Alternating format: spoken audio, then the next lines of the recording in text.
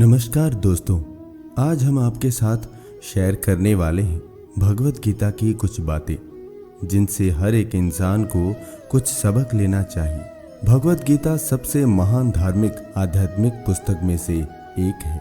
यह लंबे समय से न केवल भारत के लोगों को बल्कि विदेशों में भी लोगों को प्रभावित कर रहा है। भगवत गीता की शिक्षाएं लिखे जाने के लगभग 5000 साल बाद भी आज भी लागू है। इन शिक्षाओं को परम माना जाता है। ये जीवन के हर पहलू को समेटे हुए हैं।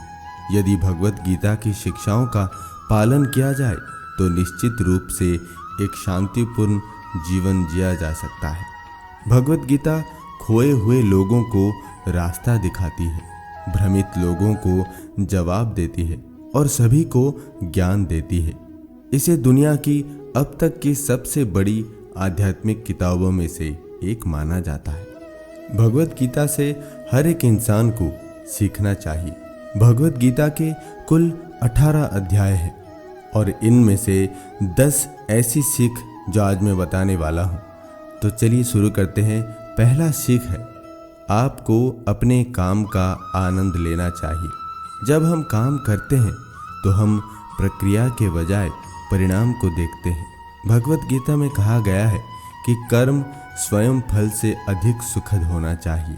फल को अपने कार्यों का उद्देश्य न बनने दे, जिससे आप अपने कर्तव्य को न करने के लिए मजबूर नहीं होंगे। इसका मतलब ये है कि यात्रा मंजिल से ज्यादा महत्वपूर्ण है। सभी महान कलाकार, योद्धा, वैज्ञानिक महानता प्राप्त करते हैं क्योंकि वे स्वयं काम की प्रक्रिया का आनंद लेते हैं।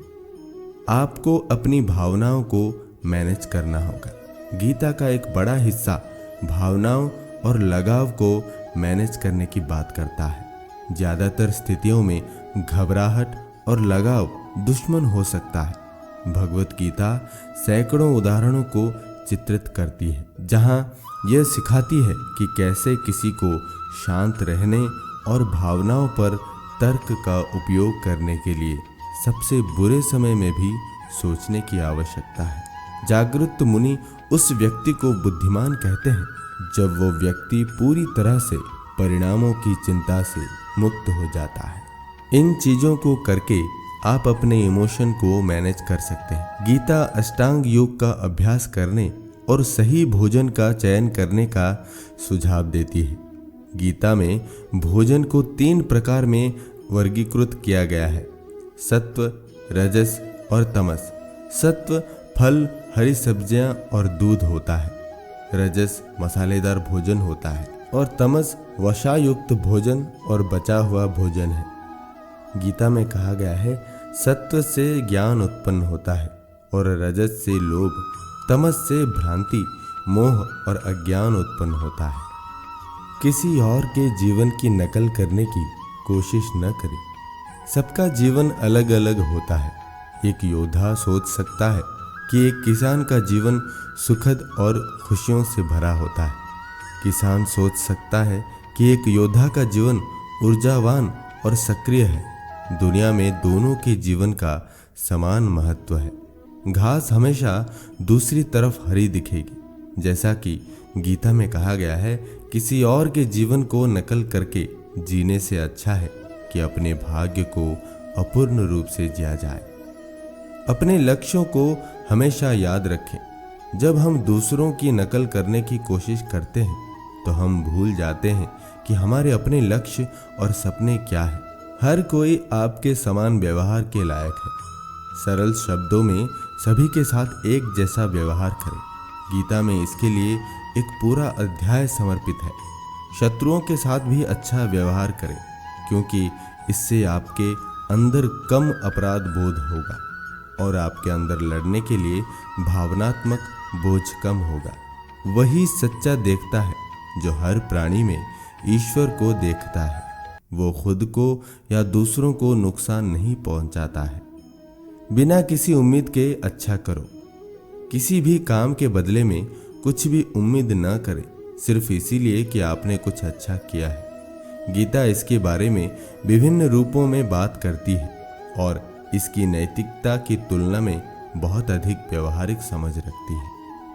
एक उपहार तब ही पूर्ण होता है जब वो किसी इंसान को दिल से और सही समय पर दिया जाता है और उसके बदले हम उससे कोई उम्मीद भी नहीं करते हैं। ज़्यादा सोचो मत, एक्शन लो।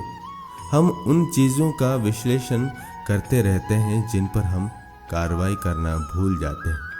हम केवल उस ज्ञान पर काम करने के बजाय चीज़ों का विश्लेषण करने और उसके बारे में बात करने में सहज होते हैं। अपरिपक्व लोग सोचते हैं कि ज्ञान और क्रिया अलग अलग है, लेकिन बुद्धिमान उन्हें एक ही मानते हैं। अपने कर्तव्यों को नियंत्रण में रखें। अगर आपने कुछ वादा किया है तो बस उसे करें। जीवन में महान चीज़ों को प्राप्त करने के लिए अति विश्लेषण न करें। आप दूसरे के कर्तव्य को पसंद कर सकते हैं और अपने को नापसंद कर सकते हैं, लेकिन फिर भी अपना कर्तव्य स्वयं करें और दूसरे का नहीं। भले ही आप दूसरे का कर्तव्य बहुत अच्छी तरह से कर सकें, आप विरोधियों के क्षेत्र में फंसते चले जाएंगे और तुम्हारे दुखों का कोई अंत नहीं होगा। सबसे बड़ी शक्ति से भी बढ़कर शक्ति होती है। कुछ भी गलत होने पर हम निराश हो जाते हैं क्योंकि हमें लगता है कि हम इसके बारे में कुछ नहीं कर सकते। हम अंत में थक कर बैठ जाते हैं और सोचते हैं कि इसके आगे कुछ और नहीं हो सकता। लेकिन गीता के अनुसार किसी न किसी रूप में सत्य की हमेशा जीत होती है। इसीलिए आपको अपना कर्तव्य करते रहना चाहिए, भले ही आपका शत्रु दुर्जय दिखाई दे। दोस्तों, हम आशा करते हैं कि इस वीडियो से आपने ज़रूर कुछ सीखा है। इसको अपने दोस्तों के साथ ज़रूर शेयर करें। और इस वीडियो में इतना ही।